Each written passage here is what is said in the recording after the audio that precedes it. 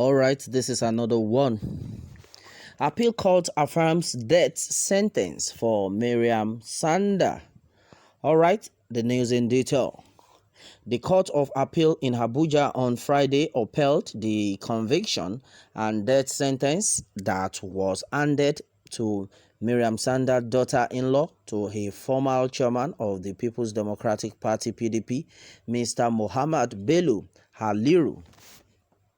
The appellate court, in a unanimous judgment by a three-man panel of justices led by Justice Stephen Hada, said it found no reason to set aside the verdict of a high court of the Federal Capital Territory, which okayed Miriam to die by hanging. It held that the 20 grounds of appeal Miriam filed to challenge her conviction and sentence lacked merit and deserved to be dismissed.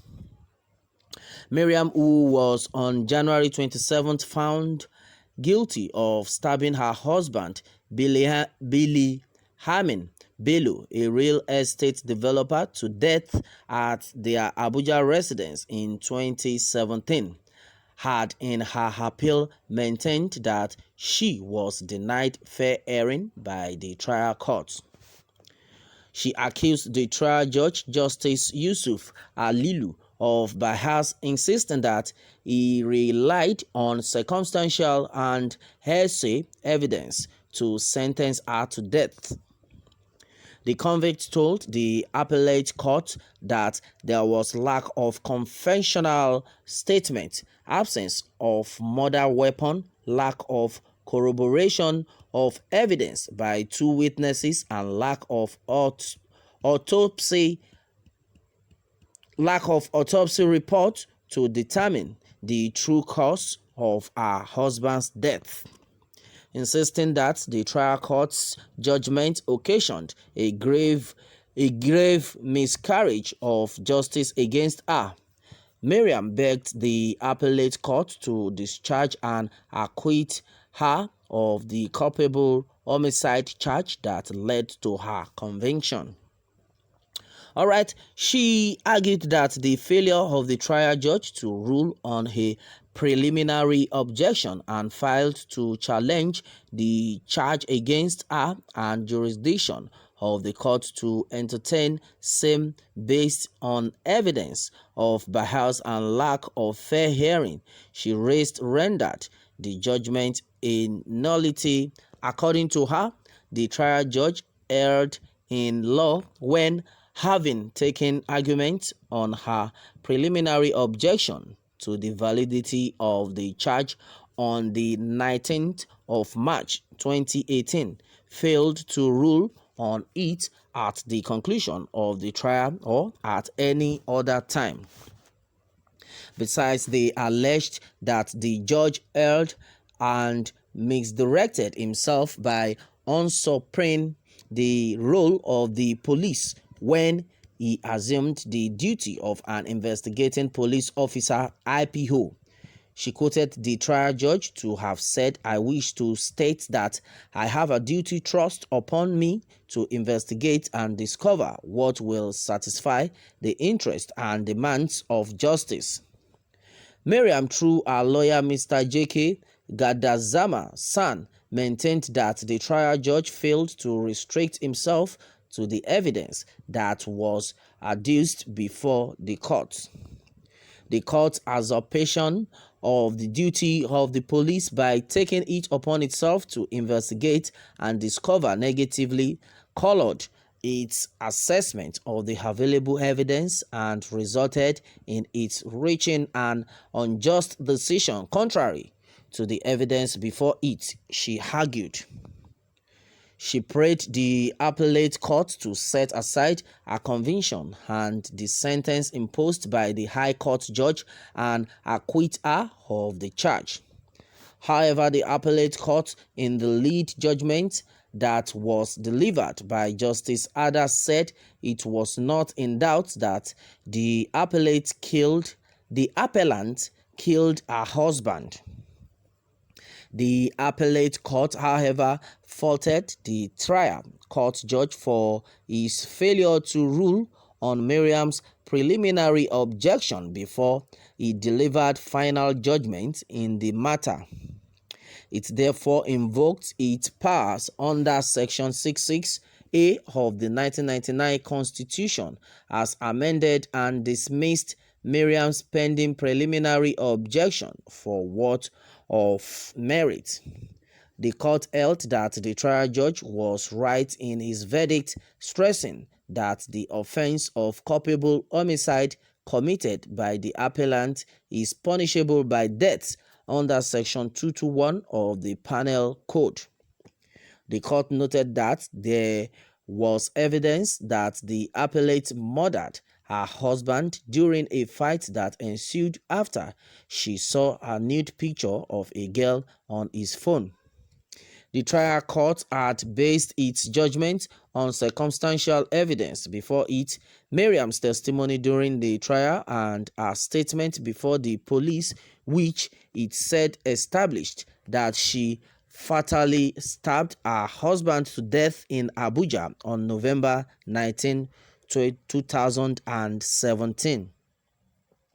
The court ordered that the convict should remain at the correctional center in Suleja till she exhausts her right of appeal.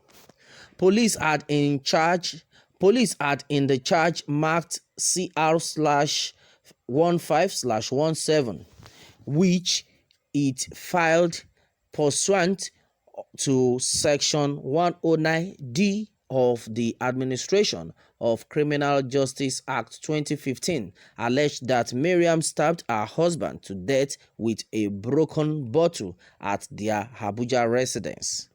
The prosecution told the court that Billy Hamin died as a result of several stabs on his chest and neck. Police maintained that the defendant attacked her husband with the knowledge that her act was likely to cause his death. She was equally charged with the offense of causing grievous hurt contrary to Section 247 of the Penal Code law. Though Miriam's mother, Maimuna Aliyu, her brother Aliyu Sanda, and one Sadiya Aminu were initially charged as co-defendants in the matter, they were later discharged by the court. The prosecution had alleged that Miriam's family members attempted to destroy evidence that linked her to the murder. Miriam, who is the mother of two, had in her testimony during the trial denied the allegation that she killed her husband. She claimed that her husband slipped and fell to a broken shisha pot. All right, that had been said so far. All right, this is another one. My people, Appeal Court affirms death sentence for Miriam Sanda. And onto this, see, a lot of people have actually reacted to this, but the truth of the matter is, as a person, as our people, we need to be very careful. No, the art of jealousy, most especially in women. I know some women will be like, what are you saying? Yes, that is just the truth. No, most guys can like, okay, fine. Let me just tolerate her. I love her, but don't try it next time. Don't try it next time. But for the ladies, when they are fully in love, because the reason being that most of them don't like cheating. So when you get married to most of them, they see you as they are all in all. They don't want to misbehave. And by the time you try to talk to a girl, or you can imagine just seeing a nude picture of a girl in your husband's phone, then should you not kill him?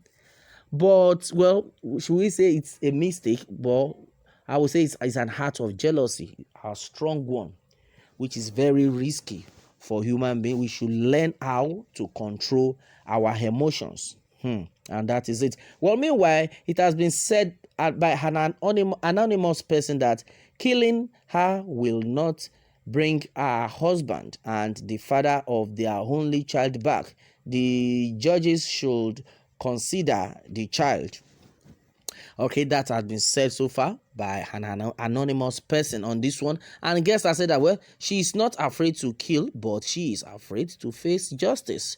Okay, and it is also said that she stabbed and killed her husband, so she deserves to die. Okay, and someone is also saying here that, well, see what anger can cause. And like I just said earlier before now. Okay, and the law of cause and effect must take place. A life for a life. No remorse on the matter. She did not consider her children being fatherless or her husband's family. Every wickedness deserves judgment. Okay, another person is saying here that maybe she has made the mistake already, but killing her is to make their children a full-time orphans. They would have give her a second chance. Okay, and C Baby is saying there that let the law take its full cost. All right, and Mr. Silent See them has said that indeed anger blossoms in the heart of fools. Tears from who? A lot of things are actually being said onto this. Well, that is it, my people, on this one. Well, the truth of the matter is, be very careful in all that you do. Make sure you control your emotions onto this one. And that is that, my people. Meanwhile, let me have more take from you on this one. And remember to subscribe for more updates. Thanks and God bless.